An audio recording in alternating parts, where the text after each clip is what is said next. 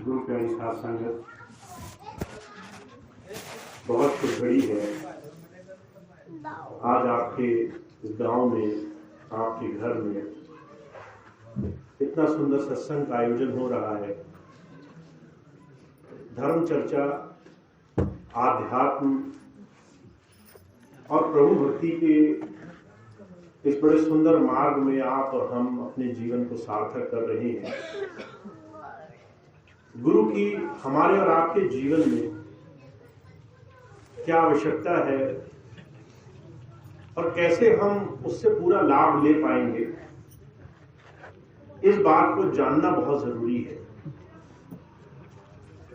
सत्संग में आध्यात्म की धारा हमेशा से एक ही बात को बहुत जोर देकर के कहती आई है, गुरु की बहुत आवश्यकता है। अभी आपने मास्टर जी के मुंह से कुछ शब्द सुने, गुरु ब्रह्मा, गुरु विष्णु, गुरु देवो महेश्वरा। गुरु का इतना बड़ा मान वेदों में, शास्त्रों में, ऋषि मुनियों ने, तरह तरह से महापुरुषों ने गुरु की इतनी बड़ाई की है। गुरु का स्थान बहुत ऊपर कह करके बयान किया है। का राम कृष्ण से को बड़ो तिन्ही तो गुरु की, तीन लोक के नायका गुरु आ गया। गुरु की इतनी बड़ी बड़ाई कही गई है। भगवान राम आए, कृष्ण आए, या फिर संसार में जो त्रिलोकी शक्तियां हैं, ब्रह्मा, विष्णु, महेश, कहते उनसे भी महानता गुरु की बताई गई है। क्यों बताई गई है? वेद में बहुत स्पष्ट, बहुत साफ गुरु शब्द की व्याख्या की गई है, जो हमें आज के समय में, आज के इस आधुनिक, आज के इस कलयुग में बहुत ज्यादा समझने की आवश्यकता है। गुरु माने अंधकार और रू माने निरोधक, जो उसे काट सके। हमारे जीवन में हमारे अंधकार का नाश करने वाला, हमें प्रकाश की तरफ ले जाने वाला गुरु है। जब आप इस तरीके से गुरु शब्द की व्याख्या समझ करके गुरु को जीवन में धारण करने का प्रयास करेंगे, तो सबसे पहले आपके मन में प्रश्न उठेंगे। सबसे पहला प्रश्न ही उठेगा, और इसे व्यक्तिगत तौर से, निजी तौर से समझने की आवश्यकता है। आप सब अलग अलग समाज, अलग अलग घर, अलग अलग दायित्वों में बंधे हैं। किसी की कोई जिम्मेदारी है, किसी की कोई जिम्मेदारी है। कोई गांव में रहता है, कोई शहर में रहता है, कोई अभी जीवन शुरू कर रहा है, जवानी के, बचपन के दौर में है, कोई 40-50 वर्ष का है, कोई और बड़ी उम्र का है। आप अपने समय, अपने आप में इस गुरु शब्द की महिमा से कैसे जुड़ेंगे? आपके लिए गुरु कैसे साक्षात्कार होगा? गुरु आपके जीवन में आपके अंधकार का नाश करे। जब आप ये अपने आप से प्रश्न पूछते हैं, तो पहले आपको ये समझना जरूरी है कि वो अंधकार कौन सा है जो आपको परेशान कर रहा है। अगर आप अपने आप के अंधकार को नहीं समझे और धर्म की जो एक सामूहिक चर्चा की जा रही है उसी में भाग दौड़ करते रहे, तो जीवन में अंधकार नहीं मिटेगा। आज आप देखिए, जितने भी लोग संसार में धर्म को जीवन में प्राप्त करना चाहते हैं, उनकी 2-3 चीजें हैं जिसको वो जीवन में लेकर दौड़ लगा रहे हैं। पहली चीज ये कि हमने कुछ भी पूजा पाठ, नित्य नियम कर लिया तो वो काफी होगा।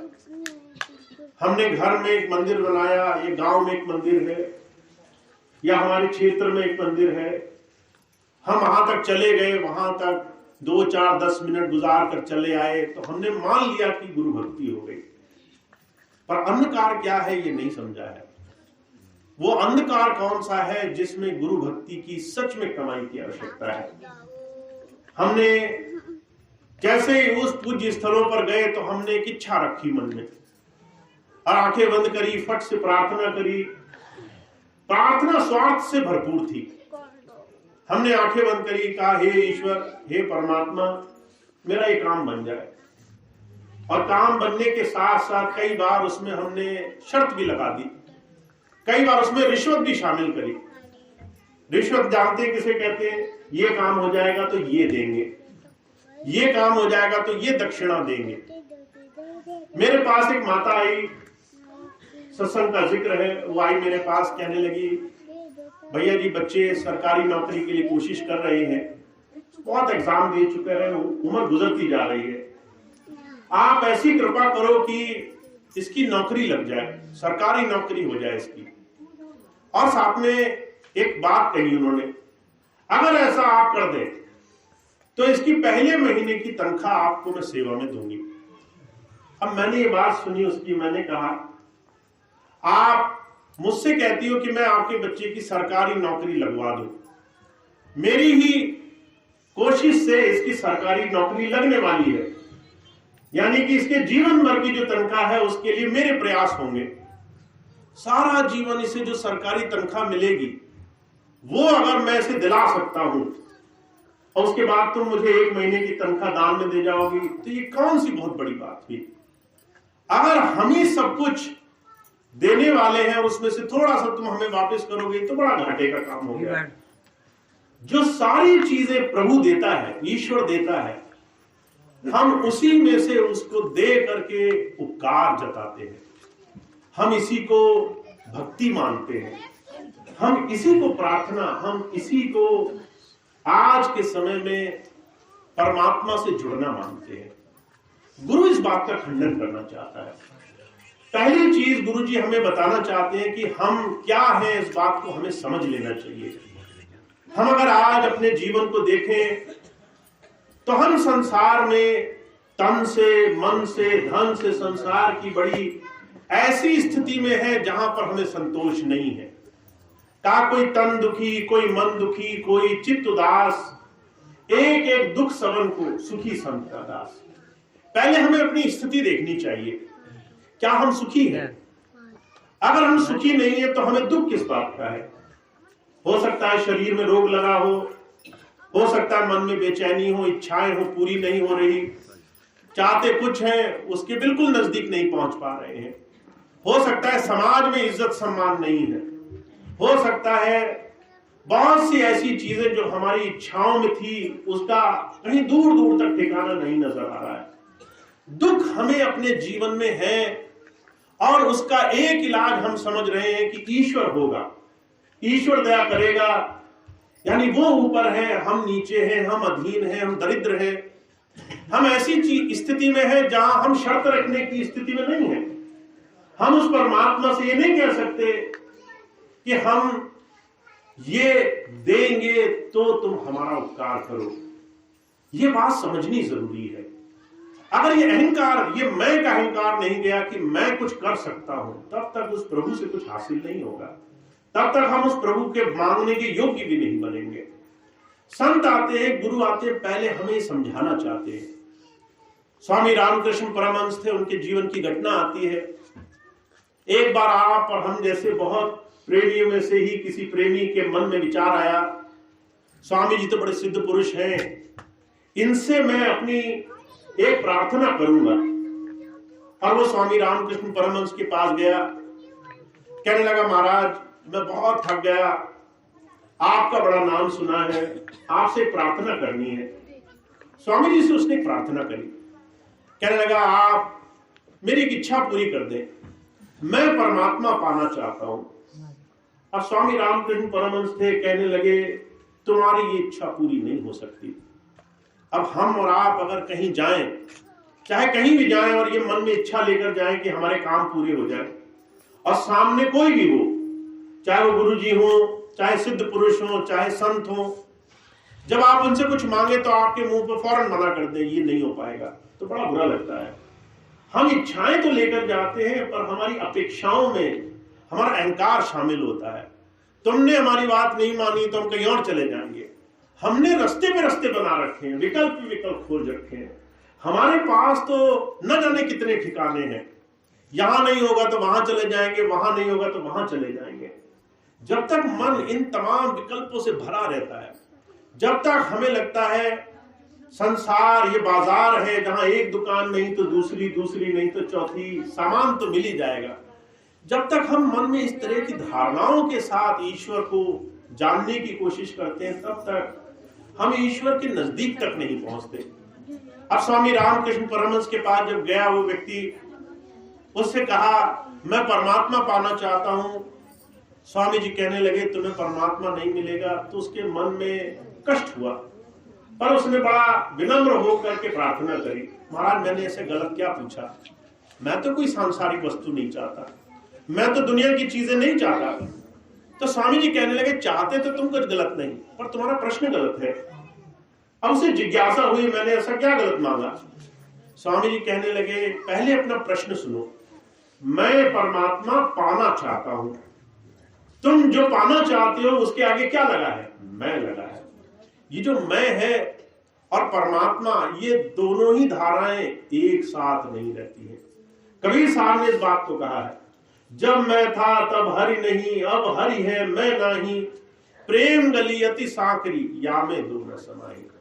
परमात्मा प्रेम है, उस प्रेम के मार्ग में अगर स्वार्थ स्व रहेगा, मैं पहले रहेगा, तो उस परमात्मा की तरफ हम एक कदम भी नहीं बढ़ा सकते। हम जाएंगे तो उसके पास और बात करेंगे मैं की, मुझे ये चाहिए, मेरा ये काम बने, ऐसे बने, इस तरह से काम बने। कई लोग तो ऐसे होते हैं जो बहुत नपा तुला, बहुत सांचे में ढाला हुआ इच्छाओं का एक रूप लेकर जाते हैं। इतनी चीज ऐसे इतने समय के अंदर मिलनी चाहिए, ऐसे ऐसे काम बनेगा तो काम हमारा सही है। हुजूर ये बात समझाने की कोशिश करते हैं, कहते हैं हम जिस ईश्वर को मान रहे हैं उसको हम कितना अपने हिसाब से अपनी तरह से जीवन में ढालना चाहते हैं।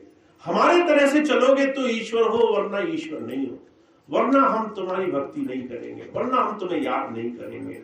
इसीलिए हुजूर कहा करते थे कि अगर हमें संसार में सच्चाई समझ में आ जाए, कहा दुख में सुमरन सब करें, सुख में करे न कोई, जो सुख में सुमरन करे तो दुख काहे कोई।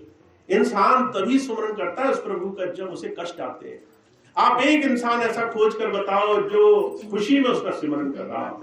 अभी यहाँ गांव में शादी हो, शादी में कौन उस प्रभु को याद करेगा? लोग माया मद संसार के नशों में चूर हो जाएंगे, कोई उस प्रभु को याद नहीं करेगा। अभी घर में कोई अच्छा कोई कार्यक्रम हो, कोई अच्छी चीज हो, हुजूर कहा करते थे सुख इंसान को ईश्वर से, ईश्वर की सच्चाई से दूर कर देता है। सुख में इंसान नशे में डूब जाता है। पर जब संत आते हैं, कहते हैं हमारे जीवन में अगर स्वार्थ है, ये मैं है, वस्तुओं की इच्छाएं हैं, इसलिए हम उस प्रभु के नजदीक नहीं। तो स्वामी रामकृष्ण परमहंस एक बात कहने लगे इस प्रश्न से मैं हटाओ, मैं परमात्मा पाना चाहता हूं में से मैं हटाओ, क्या बचा? कहने लगे परमात्मा पाना चाहता हूं। तो कहने लगे दूसरी एक और कमी रह गई इसमें, पाना चाहता हूं, इसमें भी चाहते छुपी हुई है, इच्छाएं छुपी हुई है, इसमें भी बहुत सारी काम वासनाएं छुपी हुई है। इसलिए जो कहा करते थे 5 व्यक्तियों में, 5 शक्तियों में काम को सबसे ऊंची स्थिति में रखा गया है। काम, क्रोध, लोभ, मोह और अहंकार, काम सबसे पहले रखा गया है, क्योंकि मन की कामनाएं इंसान को संसार में सबसे ज्यादा गिरा करके रखती हैं। इच्छाएं ही संसार में ऐसी हैं जिसकी वजह से प्रभु प्रभु नहीं दिखाई देता। सामान देने का कोई सौदेबाज, कोई जो है ऐसा साहूकार दिखाई देता है जो इच्छाएं पूरी करे। गुरु इस बात को हमें समझाना चाहता है, कहता है हम गुरु के दरबार में जब गए तो हमने संसार में उस प्रभु को सिर्फ इच्छा पूरी करने वाला एक साधक समझा है। इसीलिए संसार में हर एक इंसान दुखी है, इसीलिए कष्ट में है, इसीलिए परेशान है, क्योंकि वो इच्छाओं के लिए उस प्रभु के पास जाता है। हम उस प्रभु से क्या प्राप्त कर सकते हैं? हम अपनी स्थिति को जान ले। हम अगर अपनी आंखें बंद करें तो हमें संसार से अलग अपनी सच्चाई दिखने लग जाएगी। जब तक आंखें खुली रहेंगी आपको दुनिया दिखेगी, जैसे ही आंखें बंद करोगे आपको स्वयं का अस्तित्व दिखने लग जाएगा। मैं क्या हूं? आपको दिखेगा मैं कष्ट में हूं, मेरे शरीर के रोग हैं। आपको दिखेगा समाज में ज्यादा कुछ मान बढ़ाई नहीं है। आपको दिखेगा लोग स्वार्थ के लिए मुझे प्रेम कर रहे हैं। आपको दिखेगा मैं आज किसी के योग्य हूं, इसीलिए कोई मुझे चाह रहा है। अगर मैं आज किसी के काम ना हूं, अगर मैं आज किसी की एक छोटी सी इच्छा पूरी न कर सकूं तो लोग मुझे पूछना बंद कर देंगे। अगर मैं आज किसी के योग्य नहीं रहा तो वो इंसान मुझे 2 घड़ी बिठाना पसंद नहीं करेगा। आंखें बंद करते ही आपको अपनी असलियत दिखने लग जाती है।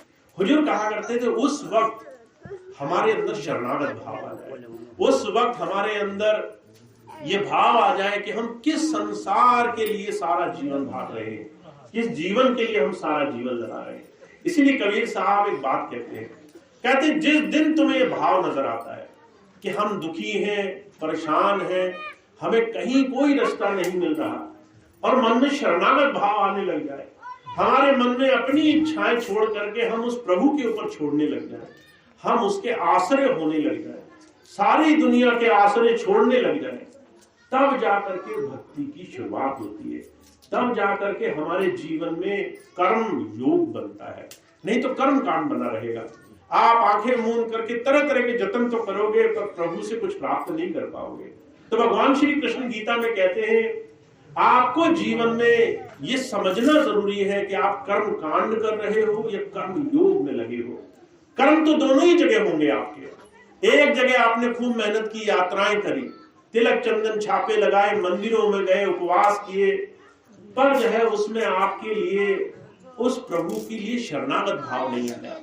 दूसरी तरफ आप घर में बैठे हो और विरह से आंसू बह रहे हैं, आपको कह रहा, आपके अंदर भाव लगा हुआ है कि हे प्रभु सारे जगह से मैं हार गया हूं, अब मुझे कुछ और किसी और चीज से भरोसा नहीं है, सिर्फ तुम्हारा भरोसा है। जब घर बैठे ही ऐसी विरह लगने लग जाए तो जो कहा करते थे ये कर्म आपको उस प्रभु से जुड़ने लग जाता है, कर्म योग बन जाता है। तब आप अगर थोड़ी सी याद करोगे तो वो याद करना भी आपकी भक्ति में शामिल होगी। तब अगर आप उस प्रभु के लिए 2 आंसू बहाओगे तो 2 आंसू बहाना भी भक्ति में शामिल होगी। तब अगर आप किसी की सेवा करोगे, अगर किसी के लिए 2 छोटे प्रयास करोगे तो वो भी भक्ति में गिने जाएंगे। तो जो कहा करते थे संसार में गुरु आपको सही तरीके से भक्ति करना सिखाता है, गुरु आपको आपके अंदर से उस प्रभु की याद करना सिखाता है, स्वार्थ छोड़ करके उस प्रभु के प्रेम में आना सिखाता है। और उस प्रेम में आने के लिए आपके जीवन में आपका कर्म योग बनना चाहिए, कर्म कांड नहीं बनना चाहिए। कर्म योग बनने की एक बहुत बड़ी पैमाइश है, एक बहुत सुंदर स्थिति है, वो ये कि आपको अपने पूरे दिन में जो भी आप करो, तन से, मन से, वचन से, उसमें कहीं भी भोग वाली स्थिति नहीं रहनी चाहिए। अब भोग क्या होता है इसको हम समझ लेते हैं। अगर हमारा एक दिन, कोई एक दिन भी हमने जिया, मान लीजिए आप कल सुबह उठे, आंखें खोली और सुबह से ही संसार की हर एक चीज में आप भोग की दृष्टि से पड़ गए। आपसे जो भी मिल रहा है आप उसका सुबह से लेकर शाम तक चिंतन कर रहे हो, सुबह से लेकर शाम तक उसकी हर एक चीज की परवाह कर रहे हो। आपको बहुत से लोग ऐसे मिलेंगे जो आपके बारे में बहुत सी राय रखते होंगे। कोई कहेगा आप बहुत अच्छे हो, कोई कहेगा आप बहुत बुरे हो। इन तमाम लोगों की राय का आपके मन में एक बहुत बड़ा पहाड़ बना हुआ है। आप उसी अपेक्षाओं में जी रहे हो, लोग मुझे क्या समझते हैं, लोग मुझे क्या कहेंगे, लोग मेरे बारे में क्या जानते हैं। हुजूर कहा करते थे आप 24 घंटे मन से भी, वाणी से भी और अपने कर्म से भी 24 घंटे लोगों की अपेक्षाएं पूरी करते करते जी रहे हो। लोग मुझे अच्छा माने, संसार मुझे अच्छी दृष्टि से देखे, ये कहे, वो कहे। हुजूर कहा करते थे ये 24 घंटे जो आपने मन से, वाणी से और कर्म से जो जीवन जिया, ये पूरा समय आपने संसार की अपेक्षाओं के लिए जिया। कबीर साहब कहते हैं इसका सुधार गुरु कराना चाहता है। गुरु ये कहता है आप जीवन जियो पर लोगों के लिए मत जियो, ईश्वर के लिए जियो। क्योंकि अगर आपकी एक सांस, अगर आपका अगले आने वाला क्षण परमात्मा आपके जीवन का आखिरी क्षण बना रहा हो तो उस क्षण में उस प्रभु की याद रहे, उस क्षण में उस प्रभु का नाम रहे। मुझे बड़ी अच्छी तरह से घटना याद है। मैं आपके सामने स्वामी जी के जीवन की घटना रखता हूँ। स्वामी जी के पास एक बूढ़ी माता गई और बूढ़ी माता जाकर कहने लगी स्वामी जी मैंने पूरा जीवन गुजार दिया, बच्चों के लिए जी, घर के लिए जी, सबके लिए मैंने खूब किया, सारा समय मेरा निकल गया इसमें और इन सारी चीजों में, चाहे मैंने कुछ भी किया हो पर मुझे खुशी नहीं मिली, मैंने बच्चों के लिए खूब किया, बच्चे नहीं समझे। मैंने घर के लिए सुबह से लेकर शाम तक खर्च किया, किसी ने मेरी 2 बार बड़ाई नहीं करी। मैंने सारा जीवन गुजार दिया, पलट के किसी ने 2 बार ये नहीं कहा माता तूने बहुत अच्छा किया। मैं बहुत दुखी हूँ, मुझे जो है जीवन से कोई आनंद नहीं मिला। मैं चाहती हूँ मुझे अगला जीवन सुखमय मिले। स्वामी जी कहने लगे, बहुत हंस करके कहने लगे, माता तुझे क्या भरोसा है अगला जीवन मनुष्य का मिलेगा नहीं मिलेगा? तेरा अगला जीवन इंसान का होगा या नहीं होगा, तुझे क्या भरोसा है? कौन इसकी गारंटी दे रहा है कि अगला जीवन मनुष्य का मिलेगा? किसने इस बात को स्टाम्प पेपर पर लिखा कि तेरा आगे आने वाला जीवन अच्छा ही होने वाला है? कोई इस क्षण के बाद नहीं जानता जीवन का क्या होगा। इस बात को समझ ले तू। और स्वामी जी ने उसे बहुत सुंदर बात कही जो मैं बार बार सबको बताता हूँ। स्वामी जी कहने लगे, चमत्कारों की आशा मत रखो। जीवन में जीवन अच्छा बनता नहीं जब तुम्हें विवेक आ जाए, जब तुम्हारे अंदर चेतनता का विकास हो जाए, गुरु मिल जाए, तो जीवन अच्छा बनाना पड़ता है। इसलिए गोस्वामी जी ने कहा है, ईश्वर अंश जीव अविनाशी, चेतन अमल सहज सुख राशि। तुम मनुष्य इसलिए नहीं हो क्योंकि इंसान जैसे दिखते हो, तुम मनुष्य इसलिए हो क्योंकि चेतनता है तुम्हारे अंदर। तुम सोच समझ सकते हो क्या चीज सच्ची आएगी तुम्हारे काम। अगर तुम्हारे जीवन में शरीर ही काम आता, घर वस्तुएं ही काम आती, तो संसार में तुमसे बड़े बड़े धनी आ गए, बड़े बड़े सेठ साहूकार आ गए, बड़े से बड़े समृद्ध लोग आ गए, और वो भी संसार से दुखी ही गए। तुम्हें यकीन ना आए तो तुम जहां तक नजर जाती है वहां तक देख लो, बड़े बड़े सेठ साहूकार धनी संपन्न दाताओं की कमी नहीं रही संसार में, पर जब वो गए तो संसार से कुछ लेके नहीं गए, दुनिया की चीजें उनके काम नहीं आई। स्वामी जी कहने लगे, माता जीवन को अच्छा बनाना पड़ता है, और जीवन अच्छा बनाने के लिए तुम्हारा हर दिन अच्छा हो, इसके लिए तुम्हें सिर्फ एक चीज की आवश्यकता है। कबीर साहब ने इस बात को कहा है भय भिन भक्ति न उपजे, भय भिन प्रीत न होए, भय पारस है जीव का निर्भय रहे न कोई। तुम्हारे हर दिन तुम्हें इस बात का भय रहना चाहिए कि तुम्हें परमात्मा हरदम देख रहा है। परमात्मा वो नहीं है जिसे तुम मंदिर में पूजते हो, परमात्मा वो है जो तुम्हारे मन मंदिर में है, और वो तुम्हें 24 घंटे देख रहा है। अब जो तुम्हें हर वक्त देख रहा है, उसके रहते अगर तुम संसार की विरक्तियों में लगे रहो, तुम मन से वचन से कर्म से संसार को भोग की दृष्टि से रखो। भोग की दृष्टि क्या है कि लोगों का बुरा करो, लोगों के लिए गलत भाव रखो, लोगों से बैर रखो, लोगों के लिए निंदा चुगली करो, लोगों में फंसे रहो, संसार में ऐसी स्थिति में रहो जहां तुम्हें ये लगे इस इंसान के साथ भोगना ही जीवन है। कोई अच्छा कर रहा है तो उसकी अच्छाई ले लो, कोई बुरा कर रहा है तो उससे उलझ जाओ। हुजूर कहा करते थे, ये जो जीवन है, इस जीवन में हम जो 24 घंटे लगे हैं, वो हर एक चीज वो प्रभु देख रहा है। अगर हम कहते हैं हम उस प्रभु के प्रेम करने वाले हैं। महाराज जी बात कहा करते थे छोटा बच्चा होता है, अगर वो देख लेता है कि मेरी माता कहीं आसपास खड़ी है तो वो गलत काम करने से कतराता है। अगर छोटा बच्चा मिट्टी खाता है और उसे पता है मेरी माता देख रही है, तो जो है मिट्टी खाने की हिम्मत नहीं करता, बार बार पलट कर देखता है कि ये देख लेगी और ये मुझे डांटेगी, ये मुझे गुस्सा करेगी। उसे इस बात का आभास होता है कि मैं गलत कर रहा हूं और ये मुझे मेरी गलती के लिए टोकेगी। वो तब तक इस चीज को नहीं करता जब तक माता दूर नहीं हो जाती। हुजूर कहा करते थे, तुम्हें तो ईश्वर देख रहा है। ईश्वर जब तुम्हें देख रहा है तब तुम संसार में विकृतियों में जाओ, ये गुरु तुम्हें समझाना चाहता है। तुम उस प्रभु देखते अवगुण करते हो, तुम उस प्रभु देखते संसार में बुराइयां करते हो, इसलिए तुम्हारे कष्ट नहीं मिटते, इसलिए तुम्हारी परेशानियां दूर नहीं होती। तो जो कहा करते थे भय रखा करो, थोड़ा डरा करो, परमात्मा तुम्हें देख रहा है। तुम्हारी जबान से जो निकलेगा वो परमात्मा देख रहा है, तुम्हारे मन में जो आएगा वो परमात्मा देख रहा है।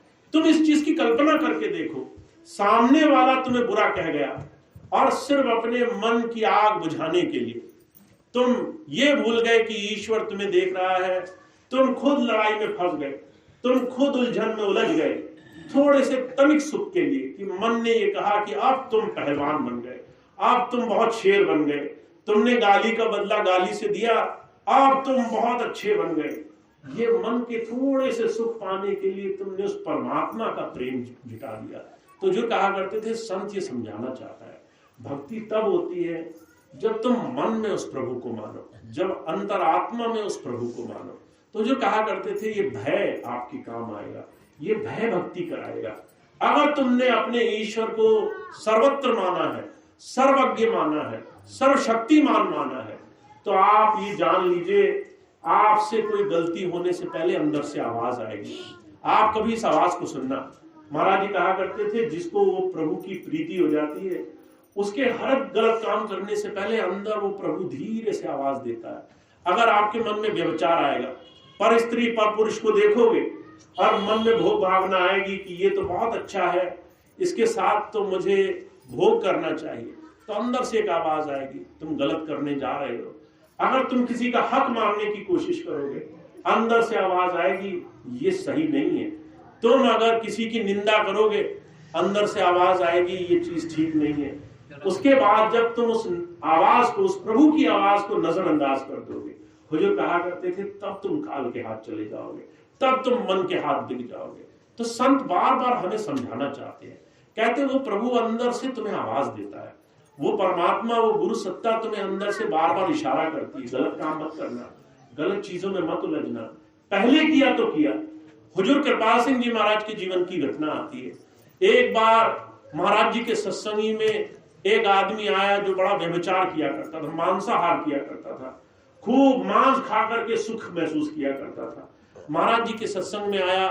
महाराज जी उस दिन सत्संग में कहने लगे ईश्वर सबके अंदर है, अगर तुमने किसी को काट दिया, मार दिया, अपने स्वाद के लिए किसी जीव का हत्या करके उसको अपना भोग बना लिया, मांस खा लिया, सोचो वो ईश्वर तुमसे कैसे राजी हो जाएगा, वो ईश्वर कैसे तुम्हारे काम आ जाएगा।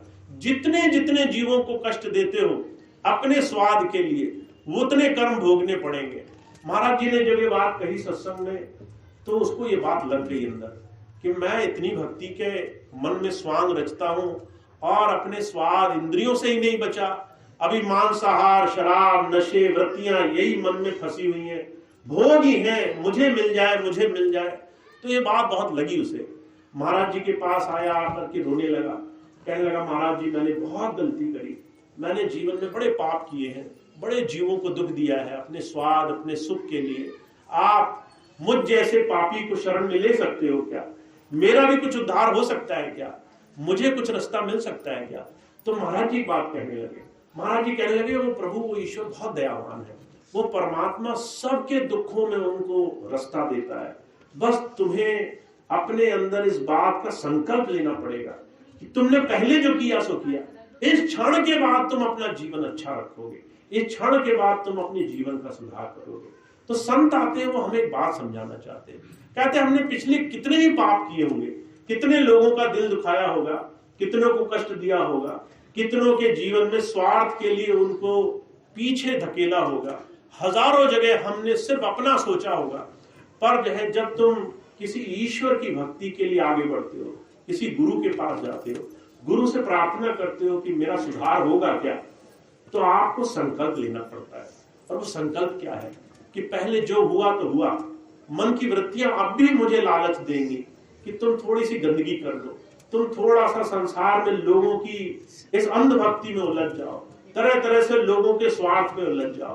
पर तुम्हें संकल्प लेना पड़ेगा कि मैं उस प्रभु को सर्वत्र मानता हूं, मेरा ईश्वर सब जगह मुझे देख रहा है। अगर मैं व्यभिचार करता पाया गया, अगर मैं भोग करता पाया गया, अगर मैं चोरी करता पाया गया, अगर मैं हिंसा करता हुआ पाया गया, दूसरे का दिल दुखाता हुआ पाया गया, मैं किस मुंह से उस ईश्वर से कहूंगा मुझ पे दया करो? मैं किस मुंह से कहूंगा हे मालिक मेरा लाज रखना? वो मेरी लाज रखेगा तो कैसे रखेगा? तो जो कहा करते थे जब हम अंदर से झुकते हैं, जब हमें भय होता है कि हमारे जीवन में हमने पहले बहुत पाप किए, हम आगे ना करें, और हम अंदर से प्रार्थना लेकर जाते हैं, जब हम झुकना शुरू करते हैं, महाराज जी कहा करते थे तब हमारा मैं का नाश होता है, तब हमारा अहंकार का नाश होता है, तब प्रभु अंदर वास करता है। इसलिए जब संत आते हैं वो कहते हैं भक्ति नाम ये तीर्थ यात्रा बड़े बड़े पूजा पाठ का नहीं है, भक्ति नाम इस हृदय में अपने मालिक को बसाने का नाम है। इस मन मंदिर में ईश्वर को स्थान देना है, इस मन मंदिर में अपने ईश्वर को बसाना है। तुम्हारा घर मंदिर बने, तुम्हारा ये शरीर मंदिर बने, तुम्हारा ये जीवन सच्चा शिवालय बने, तुम इसके अंदर अपने ईश्वर की भक्ति कर सको, इसके लिए तुम्हें अपने जीवन को साफ करना पड़ेगा। तो जब संत आते हैं, गुरु आते हैं, वो आपके जीवन को ही शुद्ध बनाने के लिए आते हैं। हमारे स्वामी जी महाराज यही बात कहा करते थे, आज के इस कलयुग में गुरु इसलिए आवश्यकता है क्योंकि बाहरी तौर पर लोग आपको बहुत कुछ सिखा देंगे। लोग कहेंगे फलाने मंदिर जाओ, तीर्थ करो, 12 जो है वो अलग अलग शिव के स्थान देखो, अलग अलग तरह की यात्राएं करो, पर कोई आपको ये नहीं कहेगा कि वो ईश्वर तो आपके अंदर बैठ के आपको देख रहा है, वो ईश्वर तो आपकी रोज करनी कथनी पर नजर लगाए हुए है। जब तुम किसी दूसरे के दिल को दुखा करके ईश्वर से कहते हो मेरी लाज रखो, तो हम सोच कर देखें, कल्पना करके देखें, वो ईश्वर कैसे हमारी लाज रखेगा, वो ईश्वर कैसे हम पर दया करेगा। तो गुरु आता है, वो सच्ची भक्ति कराने आता है। वो कहता है तुम्हें अपने हृदय को उस प्रभु का स्थान बनाना होगा, अपने मन वचन कर्म में तुम्हें सेवा लानी होगी, तुम्हें अपनी वाणी पर अंकुश लगाना पड़ेगा। अंदर से दिल तो कहेगा कि गाली का बदला गाली, पर तुम्हें उस वक्त उस प्रभु की याद करनी होगी। अंदर से दिल तो करेगा कि जैसे का बदला तैसा, पर तुम्हें अंदर उस ईश्वर को अपना राजी बनाना होगा। अंदर से दिल तो करेगा कि संसार के भोग वृत्तियों को जीवन बनाओ, तरह तरह की गंदगी में फंसो, पर जो है आपको उस प्रभु की मौज में अपना सुख ढूंढना होगा। तो जो कहा करते थे भक्ति आसान नहीं होती, क्योंकि इसमें अपने मन से ही लड़ना पड़ता है। बाहर संसार से आप लड़ जाओगे, बाहर के लोग आपके लिए कोई बहुत बड़ी परेशानी नहीं है। संसार में बड़े बड़े शत्रुओं से लड़ सकते हो। कहा सूरमा का रण में जूझना घड़ी एक का काम, नित उठ मन से जूझना बिन खांडे संग्राम। बाहर के शत्रुओं से लड़ना आसान है, बाहर के दुश्मनों से जूझना आसान है, वहां तो जीत आसानी से हो जाएगी। हुजूर कहा करते थे अपने मन से लड़ाई करना बड़ा मुश्किल काम है। ये मन आपको रोज कहेगा प्रभु को भुला दो, और दैत्य के और दानवों के पंजे में फंस जाओ, राक्षसों में चले जाओ। मन से संसार के तरह तरह के भोगों में रहो। इंसान को इंसान मत समझो, माता पिता को माता पिता मत समझो, बच्चों को बच्चे मत समझो, संसार की विरक्तियों में रहो। पर जो कहा करते थे गुरु आपको क्या सिखाएगा, गुरु कहेगा अपने अंदर का ये अंधकार समझो, ये मन ही तुम्हारे अंधकार का केंद्र है, तुम्हारा अंधकार तुम्हें समझना पड़ेगा, तुम कहां कहां संसार में गलतियां कर रहे हो।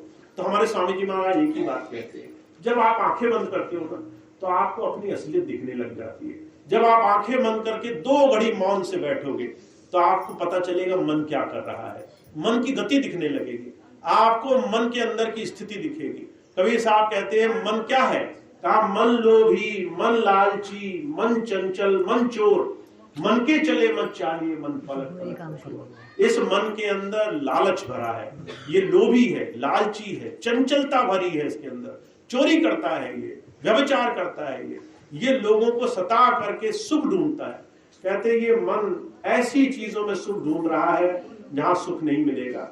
हमारे स्वामी जी महाराज एक बड़ी सुंदर घटना सुनाते हैं। कहते आप कभी कुत्ते को देखना, कुत्ता जो है वो जगह जगह जा करके वो जो है अलग अलग जगह हड्डी खोजने की कोशिश करता है, उसको सूंघ आ जाती है कहाँ हड्डी है, ऐसे मन ही करता है। मन भी तरह तरह जगह जा करके सुख खोजता है, जगह जगह जाएगा, ढूंढेगा कहां पर इसको रस मिलेगा। अब कुत्ते की स्थिति देखना, अगर उसे हड्डी मिल जाए तो वो हड्डी चबाने लग जाता है, उसे लगता है हड्डी में तो खून छुपा है, और इतना चबाता है कि उसका अपना ही मुंह कट जाता है। जब उसका अपना मुंह कट जाता है, थोड़ा सा उसे खून का स्वाद आता है, तो देखिए माया क्या है, उसे लगता है खून हड्डी से आया, और वो जोर जोर से चबाता रहता है कि और खून आएगा। महाराज जी कहा करते थे ये मन उस कुत्ते की हड्डी चबाने से ज्यादा अलग नहीं है। तुम्हारा मन ये कहेगा दूसरे को गाली देने में सुख है, दूसरे का अपमान करने में सुख है, दूसरे को दुख देने में सुख है, दूसरे से बदला लेने में सुख है, दूसरे से उलझे रहने में सुख है। पर जो है स्वामी जी कहते हैं ये सब समय बर्बादी के कारण है। वो हड्डी चबाने जैसी स्थिति है जहां तुम लोगों को दुख देने में उलझोगे, थोड़ी देर लेश मात्र का संतोष पैदा होगा अंदर, थोड़ी देर लगेगा कि अरे मैं तो चौधरी बन गया, और वहां आपको अंदर थोड़ी देर के सुख से बड़ा कष्ट होगा, आपके समय की बर्बादी हो जाएगी, जीवन भर का सबसे बड़ा सुख आपका चला जाएगा, वो प्रभु की प्रीति आपके हाथ से छूट जाएगी। तो जो कहा करते थे भक्ति नाम उस प्रभु को अपने अंदर महसूस करने का है, गुरु ही ये करा सकता है। गुरु आपको ध्यान से जोड़ता है। वो कहता है 2 घड़ी आंखें बंद करो, अपनी स्थिति को देखो, हर रोज 2 घड़ी आंखें बंद किया करो और देखा करो मन में क्या हो रहा है। अगर इसमें लालच लगा है तो अभी बहुत दूरी है, और अगर इसमें धीरे से विरह पैदा होने लग गया, कहा विरह विरह तू आखिया विरह तू सुल्तान, जाघट विरह न उपजे सो घट जान मसान। जिसके अंदर उस प्रभु को याद करके आंसू नहीं बहे। हुजूर कहा करते थे शमशान जाते हो, शमशान में देखा करो, जहां पर सिर्फ मुर्दे जाते हैं वहां कोई प्राण नहीं लेके जाता, वहां पर लोग मुर्दों को ही छोड़ने जाते हैं। कहते जिस हृदय में उस प्रभु की याद करके आंसू नहीं बहते हैं, कहते उसके अंदर जीवन नहीं बसता, वहां सिर्फ मृत्यु बसती है, वहां सिर्फ मुर्दे बसते हैं। तो जो कहा करते थे सच्ची भक्ति विरह में है, प्रेम में है, उस प्रभु को याद करके उससे प्रार्थना करने में है, उसको पाने के लिए अपने जीवन को सुधारने में है। और हमारे गुरु जी यही कहते हैं, कहते जीवन का सुधार ये हमारे ही हाथ में है। जिस दिन तुम्हें लगेगा मेरा प्रभु देख रहा है, उस दिन तुम्हें डर लगने लगेगा, उस दिन तुम कोई भी गलत काम करने से डरोगे। और कहती है डर जो है पारस है, आपका पारस है। जिस दिन आपको डर लगेगा कि हे प्रभु मुझसे कोई गलत काम ना हो, सोच लीजिए ये जितनी बार लोहे को छुएगा ये वो पारस बनाएगा, सोना बनाएगा, उस दिन आपको अच्छा बनाएगा। जितना आप गलतियों से डरोगे कि मुझसे कोई गलती ना हो जाए, उतना उस प्रभु की याद बनेगी। उस दिन वो प्रभु आपके अंदर वो रच करके बैठ जाएगा, उस दिन आपके हृदय में वास करेगा। तो जो कहा करते थे जीवन ऐसे उस प्रभु भक्ति में हम लगा सके, समय रहते लगा सके, ये प्रभु हमें सिखाना चाहता है। तो आज जो समय है हमारे पास वही सबसे सुंदर समय है। मैं एक छोटी सी बात आपको और बताऊं। अभी कुछ दिन पहले मैं एक गांव में गया, एक बूढ़े बहुत बड़े उम्र के भाई बैठे थे। वो कहने लगे सत्संग में ये जवान बच्चे क्यों जाते हैं, बुजुर्ग होकर जाना चाहिए, जब आपकी उम्र भक्ति लायक हो। तो मैंने उनसे एक ही बात कही, मैंने कहा दुनिया में हर एक चीज हम उस ईश्वर को तरोताजी देना चाहते हैं। आप देखिए, आप मंदिर जाएंगे तो मंदिर में जो है आप पहले सफाई करेंगे, फिर सबसे ताजे फल जिसको किसी ने भोग ना लगाया हो वो ईश्वर के लिए लेके जाएंगे। आप फूल वो चुनेंगे जो ताजे हो, जो किसी के ऊपर न चढ़े हो। आप जो है वही चीजें लेकर जाएंगे जो पूरी तरह से स्वच्छ हो, निर्मल हो।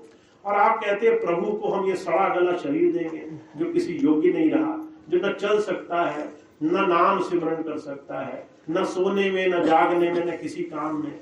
हुजूर कहा करते थे जब तुम उस ईश्वर को याद करते हो तरोताजी चीज देनी चाहिए। तुम्हारा आज से बेहतर समय कभी और नहीं होगा, तुम्हारा पीछे समय आएगा नहीं, और हर सेकंड जो आगे गुजारोगे वो बासी होती जाएगी, वो मुरझाती जाएगी, वो बुढ़ापे की तरफ वो पहले से ही जर्जर होती जाएगी। जो आज कर सकते हो वो एक सांस बाद नहीं कर सकते, जो इस वक्त कर सकते हो वो कल नहीं कर सकते। तो तुम्हारे लिए जो सबसे उपयुक्त समय है वो आज का है। इसलिए हमारे स्वामी जी महाराज कहा करते थे ना बीते हुए कल में जियो, ना आने वाले कल में जियो। जो आज है उसको तुमने कितना उस प्रभु में जोड़ दिया, कितनी उनकी याद करी, वही समय तुम्हारा है।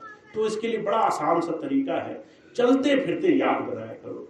आप चलते फिरते याद बनाया करो। कहा हाथ कारबल दिल यारबल, काम करते जाओ और अंदर से सिमरन करते जाओ। चलते फिरते सिमरन करो, खाते बनाते सिमरन करो, सोते जागते सिमरन करो। बहनें घर में रसोई में भोजन बनाती हैं, मन खाली रहता है। भाई गद्दी पे, नौकरी पे, कारोबार, दुकान पे बैठते हैं, मन खाली रहता है। बहुत से लोग संसार के बड़े बड़े काम करते हैं, मन से 24 घंटे खाली रहते हैं। मन आप सिमरन में हर वक्त लगा सकते हैं। और जो कहा करते थे इस मन से जिसने उस प्रभु को याद किया, चलते फिरते याद किया, उनका नाम इकट्ठा हो जाएगा, उनका नाम संचय हो जाएगा। तो हम बहुत भाग्यशाली हैं, गुरु की कृपा मिलने का बहुत सुंदर अवसर मिला है। मनुष्य जीवन में ही ये संभव है। और जिनको मिल गया उन्हें चाहिए कि वो गुरु को मन में बसा ले, उसको ऐसे माने कि वो मुझसे ज्यादा मुझे देख रहा है, उसके बाद दिन जिया करे। अगर आपने मान लिया कि गुरु जी मुझे देख रहे हैं, तो विकार गलत काम करने से पहले हमेशा गुरु जी की आवाज सुनाई देगी, हमेशा अंदर से अपने मालिक की आवाज सुनाई देगी। ये सही है, ये गलत है। गलत काम करने के लिए पहले से वो आपको टोकेगा कि इस काम को मत करना, नहीं तो गलत हो जाएगा। उस वक्त रुक जाना, उस वक्त गलत काम करने से बच जाना, उस वक्त उसका धन्यवाद करना। हे प्रभु राजी है तूने मुझे इस वक्त, इस क्षण मुझे बचाया। तो जो ऐसे भक्ति करते हैं उनकी भक्ति राजी होती है, उनकी भक्ति पूर्ण होती है। तो आप और हम बहुत भाग्यशाली हैं, हमें ऐसा चेतना से जोड़ने वाला गुरु धारा का ज्ञान मिला है। बस हमें इसको कमाना है, हमें इसको हर रोज कैसे हम याद करेंगे ऐसे देखना है। तो ये हमारे स्वामी जी महाराज समझा रहे हैं। ऐसी चेतन भक्ति के साथ हमें और आपको जुड़ जाना चाहिए, ताकि हम अपना हर दिन सार्थक करें। हम दुनिया के कोई भी काम करें, अच्छे से अच्छे काम करें, बड़े से बड़े उपकार के काम करें, सारी दुनिया में जाएं, सबका सम्मान करें, पर हम ये ध्यान रखें हमारा ईश्वर हमारे साथ है, वो देख रहा है। हमने हर एक चीज ऐसी करनी है कि उसे गर्व हो हम पर। ऐसी चीज ना करें जिससे उसे ही शर्मिंदगी हो जाए। जो ईश्वर से हम सब कुछ मांगते हैं वही कहे कि अरे तुम तो अपनी बुराई ही नहीं छोड़ते, तुम्हें कुछ दे भी तो कैसे दे, तुम्हारा अच्छा काम करें भी तो कैसे करें, तुम तो पहले गंदगी से छूटने को ही राजी नहीं हो। तो हमें इस तरह से अपना जीवन बना लेना है। तो हमारे स्वामी जी महाराज की यही बात है, यही उनका ज्ञान है, इसको जीवन में धारण करना है। तो इतनी बात कह के मैं अपनी बात समाप्त करूंगा। आप